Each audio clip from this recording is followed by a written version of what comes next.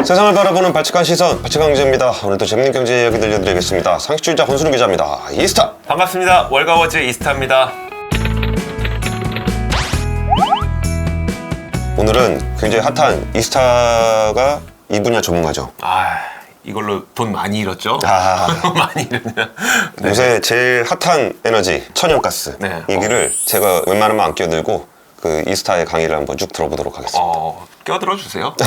좀 껴들어 주세요, 좀. 요즘 거 말고 이제 천연가스를 이해하는 방법부터 가면은 되게 좋을 것 같아서, 저는 예전에 이제 천연가스를 처음 공부하기 시작했을 때는 그 화학식부터 공부를 하기 시작해요. 메탄과 에탄 해갖고 뭐 C가 몇 개냐 여기 따라서 구분을 하는데, 사실 천연가스 이해할 때는 딱 그냥 PNG와 LNG로 구분하면은 이해도 쉽고, 또 이게 사실 국제 정세 분쟁의 어떤 그 가장 중심 축들이기 때문에 PNG와 LNG로 이해하시면 가장 저는 좀 단순하고 좋더라고요. 그래서 PNG는 그냥 너무나도 단순하게 P가 붙은 게 파이프라인.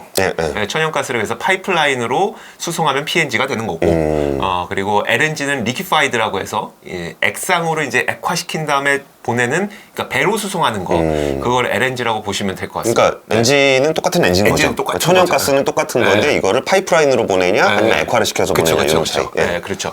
근데 이제 예전에는 사실 셰일부터 한번 가볼까요? 잠깐 간단하게.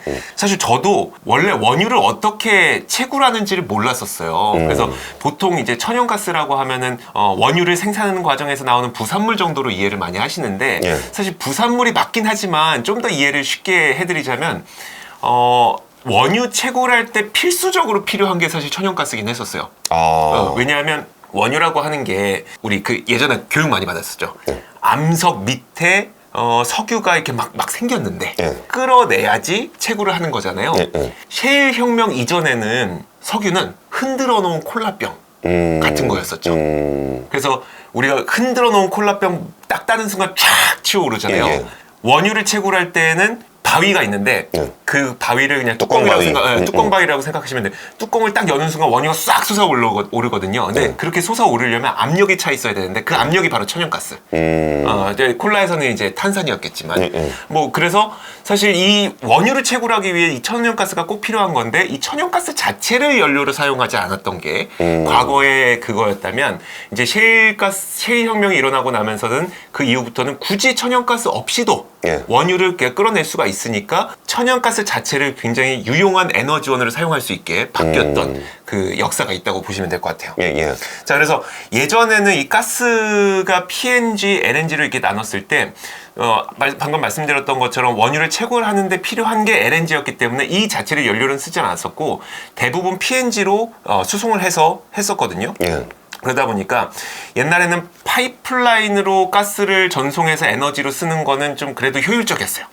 하지만 이 천연가스를 액화시키고 또 그걸 뭐 수송을 했다가 기화시키고 이 과정을 하려면 액화시키는 시설 만들어야 되죠. 그렇죠. 저장 시설 만들어야 되죠. 또 기화시키는 시설 만들어야 되죠. 그거 운송하는 배 만들어야 되죠. 돈이 너무 많이 들어서 그게 영하 한 162도. 162도. 네, 162도. 그러니까 162도까지 낮추는 것도 어렵고. 그쵸. 근데 그게 162도가 유지가 안 되면 또 다 날아가 버리니까. 날아가버리죠. 이걸 162도로 철저하게 냉각을 시킨 상태로 운송을 해가지고. 안 그러면 중간에 또 다 날아가고. 그쵸. 그러니까 이거를 이렇게 운송을 하는 것 자체가 굉장히 어려웠던 거죠. 그렇죠. 그러다 보니까 이거는 비용 효율성이 안 나온다. 그래서 LNG는 잘 사용을 하지 않았었던 거고요. 그러다 보니까 PNG는 사실 파이프라인을 깐다고 했잖아요. 그래서 파이프라인이 연결되는 국가마다의 이해상충에 따라서 분쟁도 많이 일어나고. 그러니까 우리나라 같은 데는 기본적으로 안 되겠네요. 우리나라는 예를 들어 중동이라든지 러시아에서 천연가스가 나오는데 그럼 그거를 걔네들은 이제 파이프라인으로 이렇게 연결을 하면 되는데 우리는 이게 파이프라인이 없으니까 배로 실어와야 되는 거고. 근데 LNG를 하려고 그러면 예전에 좀 기술적으로 좀 어려우니까 우리나라 같은 경우는 그럼 천연가스를 거의 안 쓰는 이런 것이 기본적인 지형이라는 거죠. 그래서 천연가스 인근에서만 사용하는 뭐 그런 구조. 사실 천연가스 자체는 되게 유용한 자원으로 얘기하긴 해요. 왜냐하면 우리가 석유라고 하는 거는 여기서 그러니까 뭐 고무도 만들고 많이 만들잖아요. 모든 것들을 다 만들긴 하지만 사실 이건 정제를 해야 되는 거고. 근데 천연가스는 가스 자체가 CH4 메탄이기 때문에 이거 그냥 자체로 이제 원료를 쓸 수가 있는 거였었거든요. 그래서 가스가 있고 그리고 석유가 있으면 원래 더 좋게 사용할 수 있는 건 천연가스가 맞긴 한데. 저 퓨어하죠.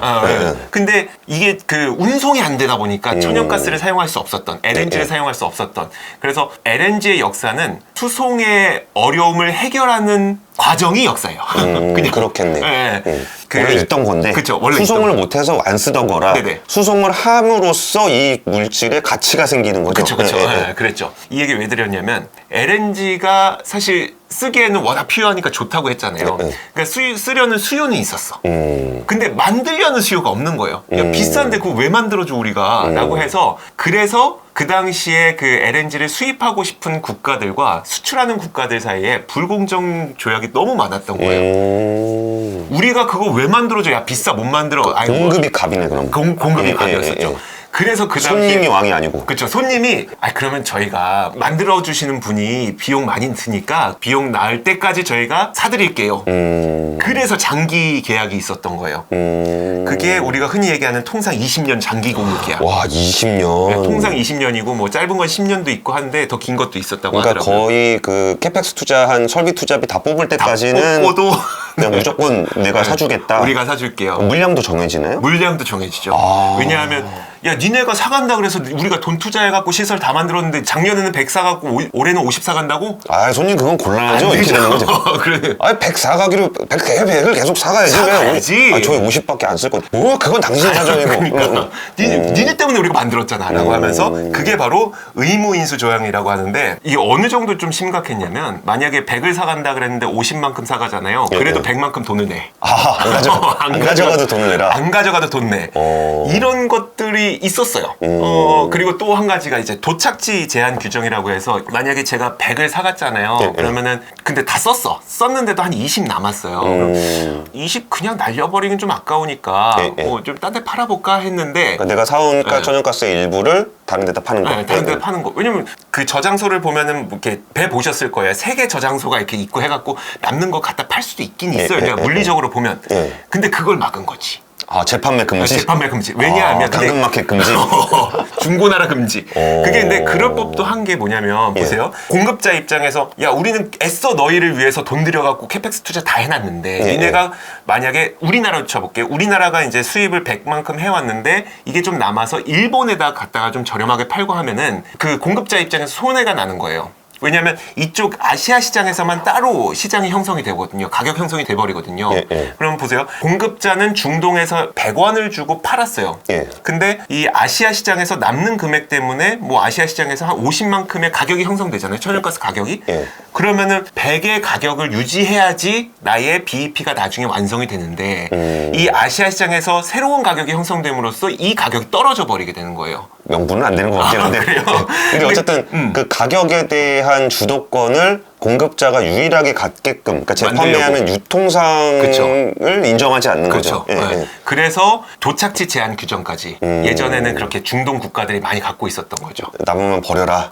딴 데 팔지 마라. 태워버리든가 그렇게 해라 라고 했던 겁니다. 자 이제 이게 과거에 있었던 LNG 시장의 어떤 그 시장 구조였다면 제가 이번에는 뭘 보여드릴 거냐면 그러면 확실히 뭔가 되게 제한적이긴 하겠네요. 그러니까 딱 완전 P2P로 공급자하고 소비자가 유일하게 존재해서 생산되는 물량도 딱 정해져 있고 가져가는 가격도 정해져 있고 어디로 가야 되는지도 정해져 있고 이 외적으로는 얘가 다른 데 팔지도 않고 얘가 다른 데 재판매를 할 수도 없고 가격이 움직이는 것도 아니고 하니까 이게 시장이란, 그러니까 다른 사람들이 굳이 그 시장을 바라봐야 될 이유가 별로 없는 거네요. 그렇죠, 참여할 수도 없고.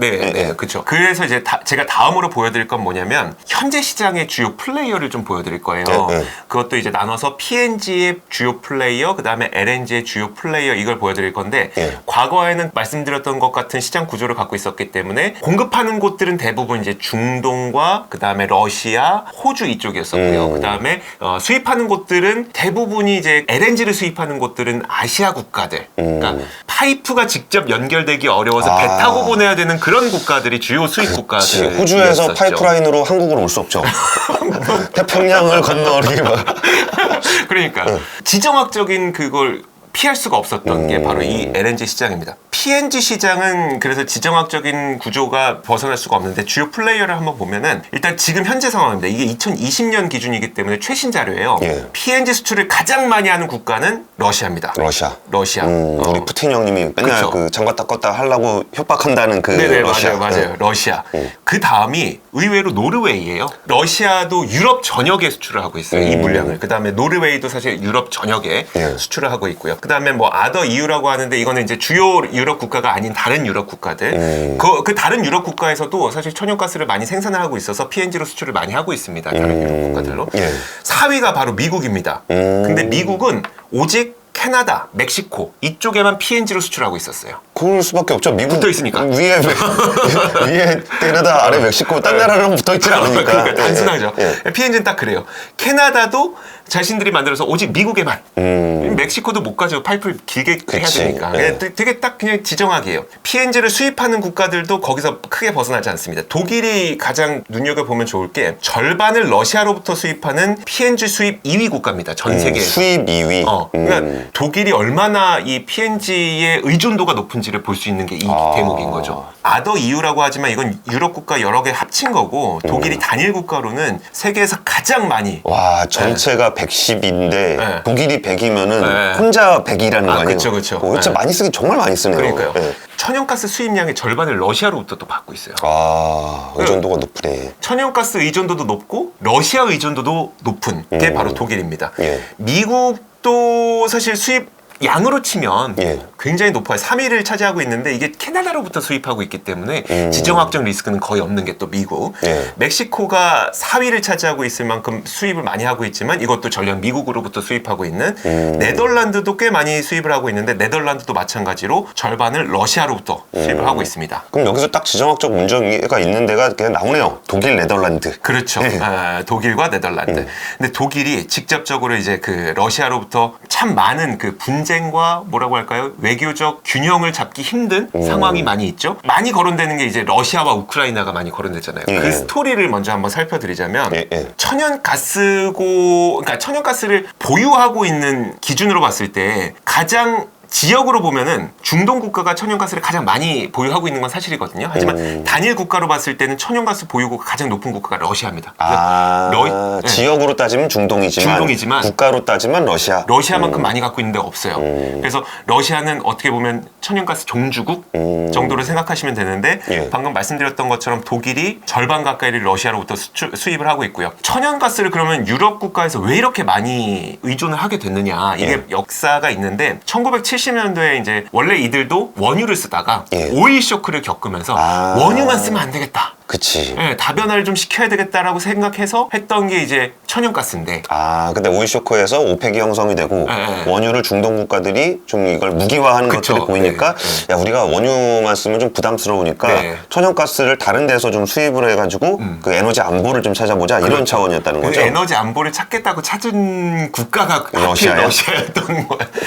이거 어쩔 수 없었던 거죠. 좀 왜냐하면 안정적인 수급이 굉장히 중요한 핵심이기 때문이에요. 근데 뭐 선택할 수 있는 게 뭐 이슬람 국가들이냐 아니면 러시아냐인데 여기서 그 당시에 사이가 더 안 좋은 거는 무슬림들하고 이슬람 국가들하고 사이가 더 안 좋았으니까 차라리 그 러시아가 더 착해 보일 수도 있었겠죠. 구소련이지만 거기가 어쨌든 2차 세계대전 이후에 그 연합국이잖아요. 그러니까 우군이잖아 어쨌든. 그래서 이제 러시아로부터 파이프라인을 설치를 한 다음에 받기로 했는데 봤는데 이제 최대한 가까운 거리로 해야 되잖아요. 최단 거리를 찾다 보니까 우크라이나를 거쳐가네요. 이게 우크라이나를 거쳐가는데 일단 뭐 우크라이나도 뭐 그 당시엔 그냥 소련이었죠. 맞아요. 그러니까 연방 그러니까 뭐죠? 우리 소비에트 연방. 소비에트 연방 가운데 하나였으니까. 그런데 이제 우크라이나가 계속 문제점이 되고 있는 거예요. 우크라이나가 어떤 곳인지를 한번 보여드릴게요. 자 우크라이나인데 여기가 이제 러시아고 오른편이 러시아고 이쪽에 이제 유럽 국가들. 그래서 이제 그 직선으로 쏘면 그러니까 우크라이나를 거칠 수밖에 없어. 그러니까 육로를 통해서 쏘면 우크라이나를 거칠 수밖에 없는 거죠. 그렇죠. 그게 가장 가까우니까. 근데 우크라이나가 가운데 이렇게 강이 흐릅니다. 강이 흐르면 희한하게 또 이렇게 문화가 갈려요. 뭐 아무래도 교류하기가 좀 쉽지 않으니까. 강남 강북도 갈리잖아요, 사실. 아, 그런가? 그래서 그런 건가? 아, 농담입니다만. 근데 아니, 그게 농담일 필요는 별로 없는 게, 네. 강남 강북에서도 원래 강남이 개발을 안 했었잖아요. 네, 맞아요. 조선시대 네. 막 그럴 때는. 그게 맞아요. 이제 강을 건너서까지 뭔가를 활동하기가 어려우니까, 이쪽에서 그냥 생활을 한 거죠. 뭐. 네네. 예. 그렇죠. 근데 이게 우크라이나는 어떻게 갈리냐면, 강을 기준으로 왼쪽은 유럽 지역하고 가깝다 보니까 친유럽 성향이 강하고요. 오른쪽은 이제 러시아랑 가깝다 보니까 친러 성향이 되게 강해요. 그래서 우크라이나 내부에서도 별다른 일이 없어도 친러 세력과 친유럽 세력은 항상 부딪혀 왔습니다. 역사적으로 그냥 역사적으로. 원래 그런 건 거죠. 뭐 특별히 뭐 사상이나 이런 거에 문제가 아니라. 맞아요. 그냥 뭐 종교 문제 없이도. 어쨌든 그냥 강 건너에 있는 사람들이니까 서로 친하진 않았던 거죠. 그렇죠. 뭐가 됐든. 그러다 보니까 국가의 수뇌부가 친러 성향이 되느냐, 유럽 성향이 되느냐에 따라서 이것도 계속 왔다 갔다 하거든요. 그러면서 또 계속 시위가 일어나고, 친러 성향일 때는 친유럽 성향이 시위하고, 친유럽 성향일 때는 친러 성향이 시위하고, 막 이런 식이었었어요. 근데 그 대표적인 사례가 뭐 한 가지가 있었는데, 초콜릿 분쟁이라는 게 하나가 있었어요. 이게 뭐냐면은, 이거는 이제 크림반도까지 넘어가게 됩니다. 크림반도도 많이 들어보셨을 텐데. 자, 우크라이나의 대표 제과 기업이 있어요. 로센이라는 기업이 있는데, 뭐 초콜릿, 사탕, 쿠키 이런 거 만드는 제과 기업이고, 우크라이나의 그냥 대표 기업이라고 보시면 돼요. 그리고 러시아 시장에서도 한 12% 점유율을 차지하고 있다고 하니까 대표 기업이죠. 그러네요. 근데 어느 날 2013년 8월이었죠. 어느 날 갑자기 러시아가 카자흐스탄에 공문을 보냅니다. 카자흐스탄은 여기예요, 여기. 그래서 러시아랑 딱 붙어 있기 때문에 사실 카자흐스탄은 지금 요즘에 문제 많이 되고 있잖아요. 하지만 그 시위 일어나서 막 유혈 사태 일어나고, 근데 이 국가는 사실 어떻게 보면 러시아랑 경제 공동체로 묶여 있기 때문에 정치적인 문제는 아니에요. 카자흐스탄은. 어쨌든 이 카자흐스탄에다가 러시아가 공문을 딱 보내서 로센 제품 수입하지 말아달라라는 공문을 보냅니다. 그 이유를 들어보니까 일단 명분으로 봤을 때는 러시아에 수입된 우크라이나의 로센 제품에서 문제가 발생했다. 불량식품이다. 불량식품이다. 그래서 우리도 금지할 테니 너희도 금지해라라고 하는데, 사실 이게 표면적인 이유고 어느 누구도 그것 때문이라고 생각하진 않았습니다. 실제로는 이제 바로 얼마 전에 우크라이나 대통령과 러시아의 그 대통령이 정상회담을 했는데, 러시아 대통령이 우크라이나에게 우리 경제 공동체에 들어와라라고 요구를 했죠. 근데 우크라이나 입장에서는 사실 국민들도 반으로 갈려있는 상태에서 러시아 편 혹은 유럽 편 딱 들기가 굉장히 애매한 상황인 거죠. 대답을 하는 거예요. 그러니까 우리나라에서 뭐 친중국, 친미 뭐 이런 걸로 싸우는 것처럼 친러냐, 친유럽이냐 뭐 이런 거죠. 근데 갑자기 예를 들어 중국이 와서 그럼 우리 공동체로 들어와라 라고 딱 우리나라 대통령한테 물어봤을 때,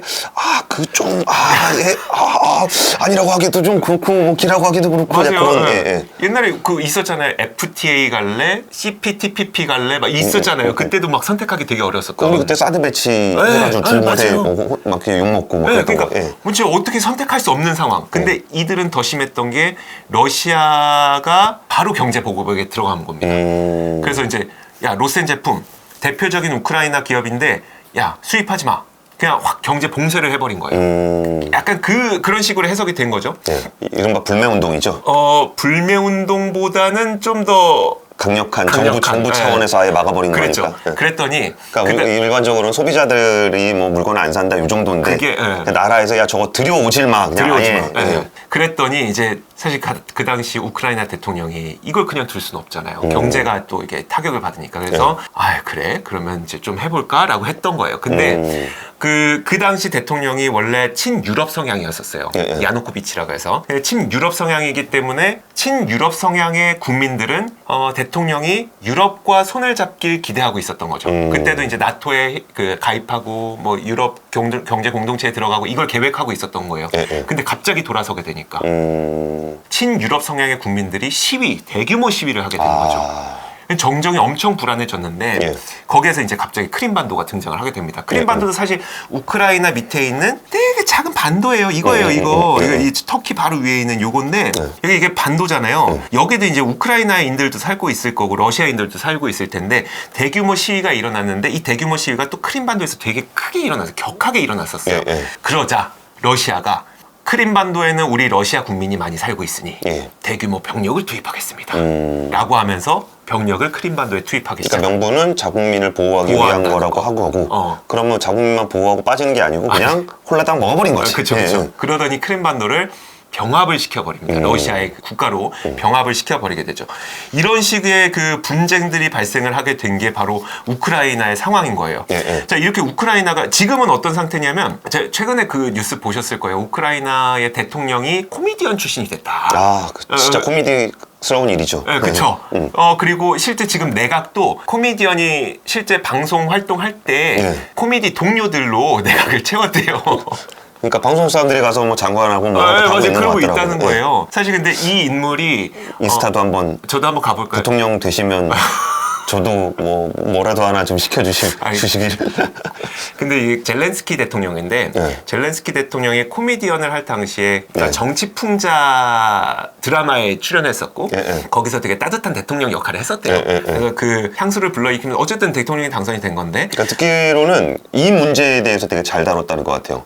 친유럽이냐 친러시아냐 여기서 항상 정치인들이 만족스럽지 않았는데 그쵸. 그 드라마에서 굉장히 좀 합리적이고 좀 가치 중립적이고 우크라이나 국익을 위한 결정 뭐 이런 것들을 하는 모습들을 보여주면서 인기가 좀 많았다 그러고 그 드라마 제목 그대로 당을 또 만들었다는 것 같기도 하더라고요. 맞아요. 그 드라마 제목대로 만들었었고 지금 근데 여전히 친러냐 친유럽이냐 사이에서 적절한 균형을 잘 맞춰주고 있지 못하다는 평가를 받고 있긴 한데 이건 너무 어려운 거잖아요, 사실. 그렇죠. 코미디언 얼굴에 웃음기가 사라졌어요.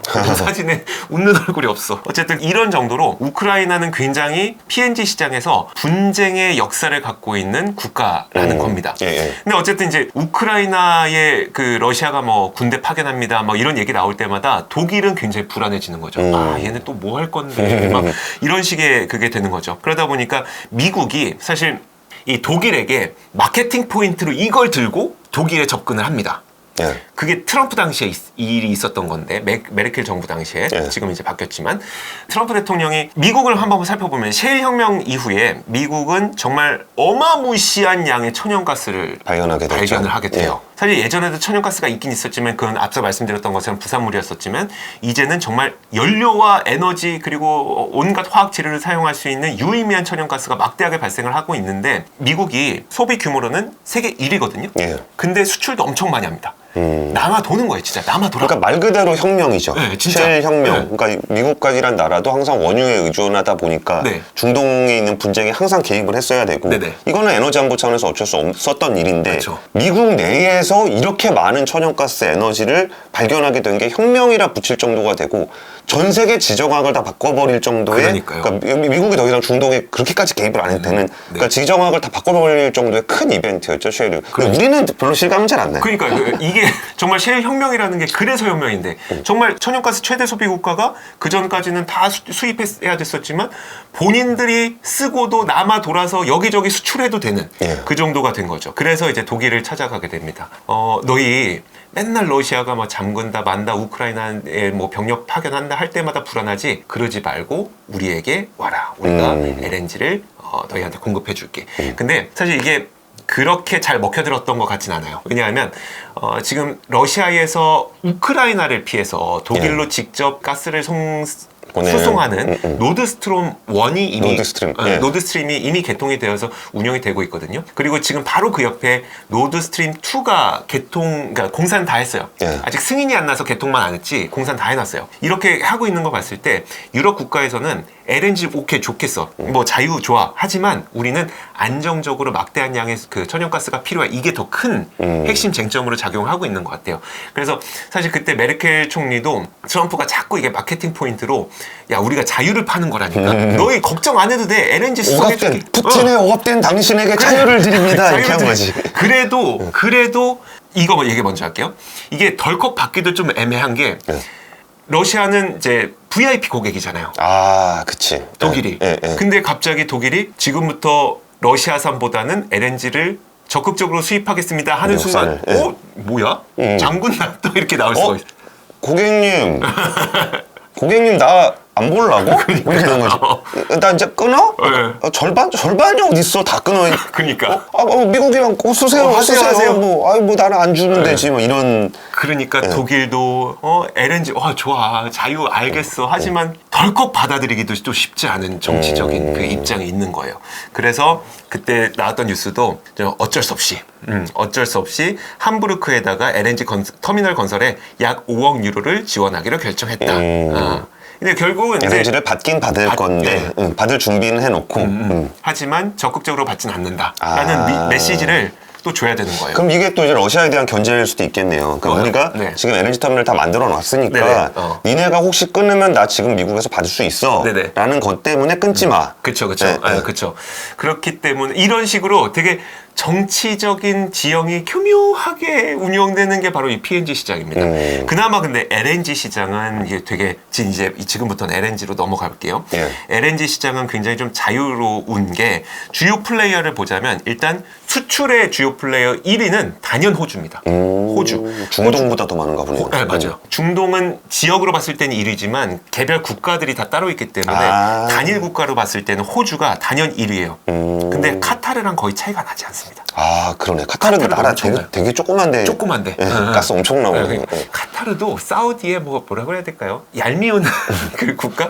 어쨌든 호주는 중국, 일본 전체 수출 물량의 80%를 차지합니다. 그래서 호주의 그냥 주요 고객은 중국과 일본이라고 생각하시면 돼요. 우리나라도 그렇게 많지 않다고 해요. 카타르는 세계 전역에 골고루 수출을 하고 있는 국가고 인도가 제일 많아요. 인도, 한국, 일본, 중국 이 순서로 수출을 하고 있고요. 미국도 골고루 수출을 하고 있어요. 그래서 유럽 아태 지역이 전체 그 수출 물량 가운데 85%. 근데 유럽 아태 지역이라 그러면 거의 지구의 거의 모든 국입니다. 맞아요. 거의 뭐 중동 정도만 빠지고 아프리카 정도 빠지는 정도에. 딱 그 진짜 전 세계에 골고루 수출한 이게 정말 LNG는 진짜 자유롭게 수출입이 가능하구나를 보여주는 게 딱 이 대목에서 드러나는 거죠. 근데 자유롭게 수출하려면 뭐가 필요해? 배가 필요해? 허브가 필요해. 그쵸. 그러다 보니까 이제 미국이 정말 셰일 혁명을 이뤄내면서 배의 수요가 엄청 많아졌던 이유가 여기 있는 거예요. 자유롭게 수출입은 가능한데 운송할 수단이 부족하니 그 배 누가 만든다? 다 우리 한국이 만듭니다. 그렇죠. 수입 국가는 단연 1위가 바로 일본입니다. 호주로부터 40%를 이제 일본이 수입을 하고 있고요. 중국이 호주로부터 40%를 수입해서 중국이 2위 국가, 한국이 바로 3위 국가인데 한국은 좀 다소 이제 다변화되어 있어요. 좀 잘하고 있어요. 이거 보면은 다변화되어 있는 게 일단 카타르가 13, 그 다음에 호주가 10.9, 미국이 8 이 정도 순위로 그러니까 다변화돼서 잘 수입을 하고 있습니다. 너무 의존도가 높지 않게 되어 있어요. 근데 LNG는 저희가 아까 얘기했던 것처럼 처음에 LNG는 저쪽 다른 지역에서 가격 형성되는 거를 중동국가 되게 싫어한다 그랬잖아요. 가격 패권을 잃어버리게 되니까. 근데 요즘에는 우리 그 얘기 많이 들어보셨죠. 천연가스 동북아 허브를 만들어야 된다. 이게 가능해지게 된 것도 사실 셰일 혁명 때문인 거죠. 그러니까 동북아 허브가 만들어진다는 거는 동북아 지역에서 새로운 가격 시장이 만들어진다는 건데 그게 그전까지는 불가능했지만 지금처럼 그 자유롭게 재판매가 가능한 시장에서는 허브가 만들어질 수 있는데 그 허브 어디다 만들어야 돼? 우리 쪽에 만들자라고 그 움직임이 지금 있는 겁니다.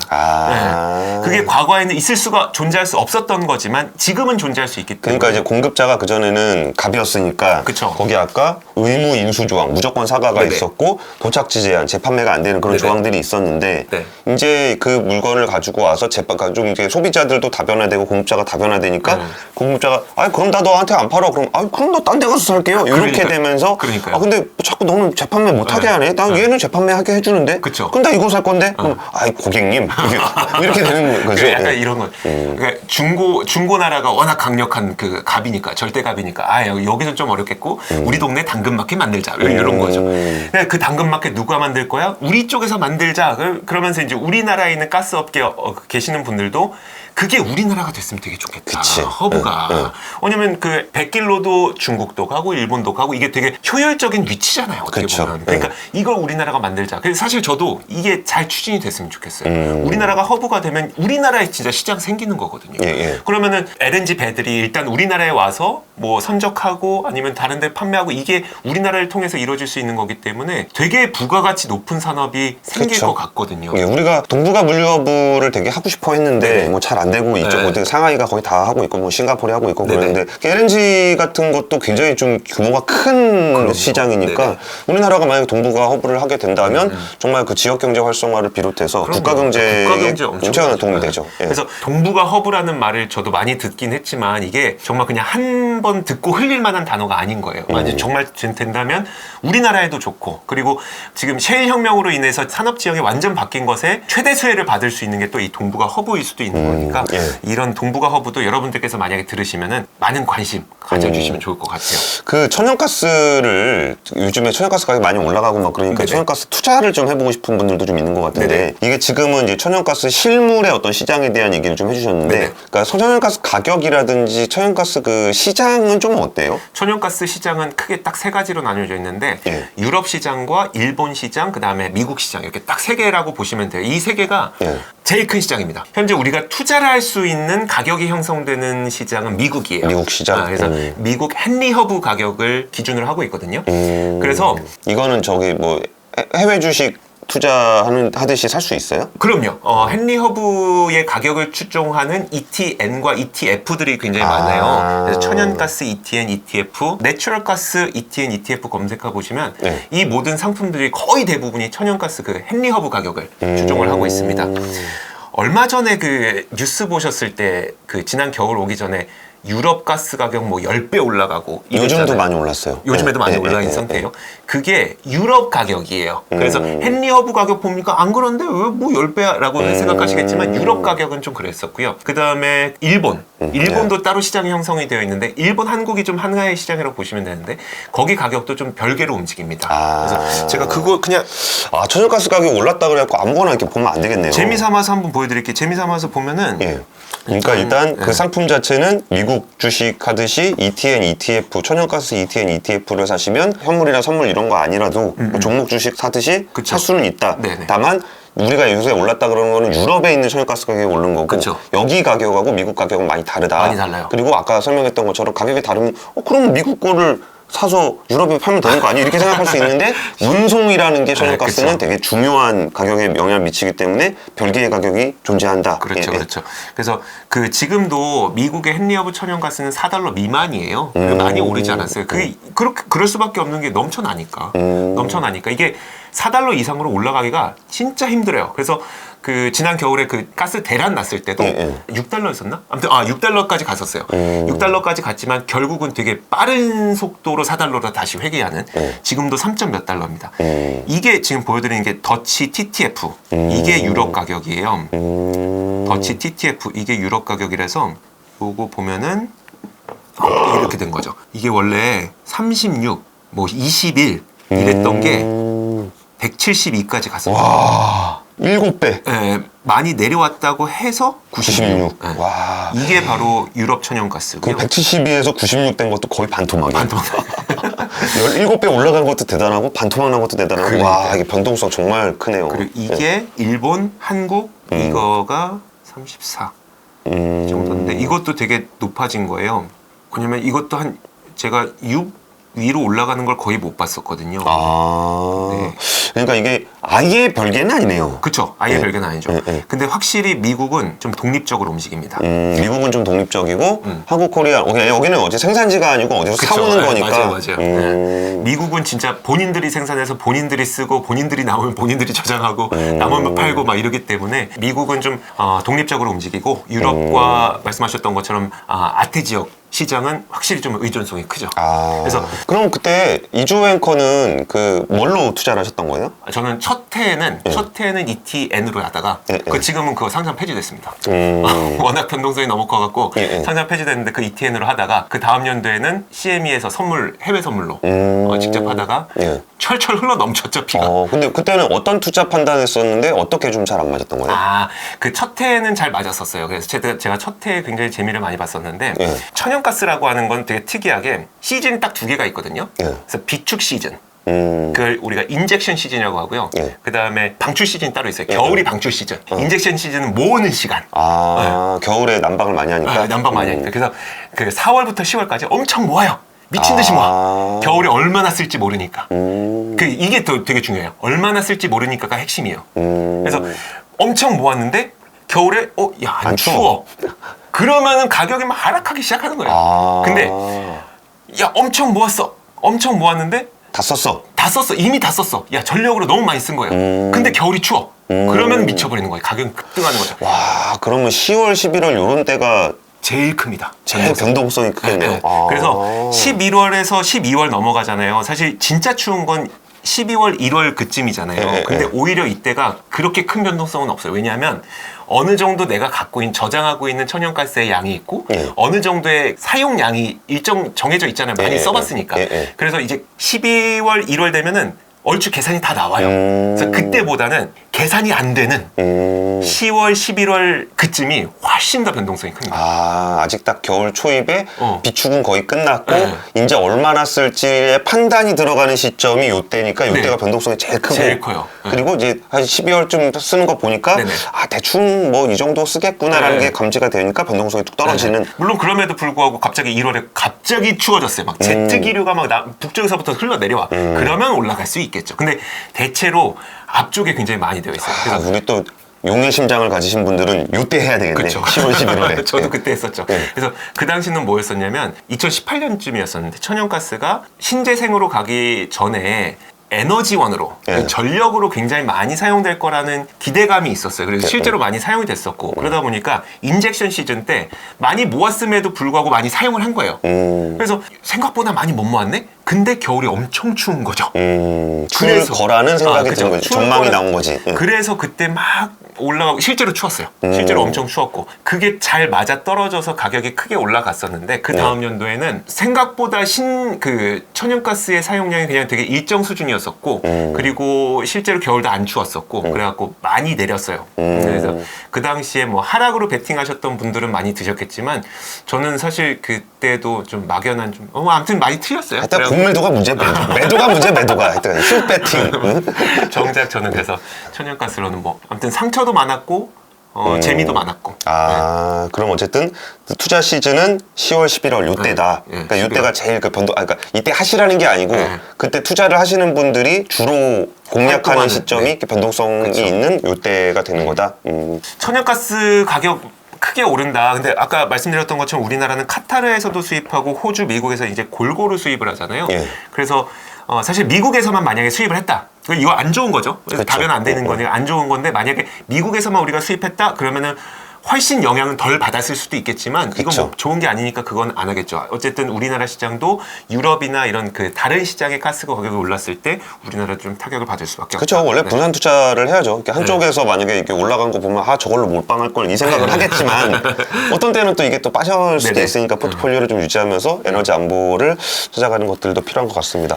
거의 내용은 마무리됐네요. 오늘 제가 천연가스 하면서 이게 더 많은 국가들이 많이 얽혀 있죠. 뭐 이집트, 이스라엘, 시리아, 뭐 이란, 뭐 그 중동도 있고 호주도 있고 카타르에서 유럽으로 올라가는 그 파이프라인에 딸려 있는 국가들. 그리고 터키도 사실 문제 많잖아요. 터키에서 크림반도 지나가 막 투르크 스트림 그리고 이번에는 러시아에서 이제 러시아랑 중국이랑 시베리아의 힘이라고 해서 러시아에서 중국에 직접 파이프라인으로 쏴주고 있고 그런 것도 있고 해서.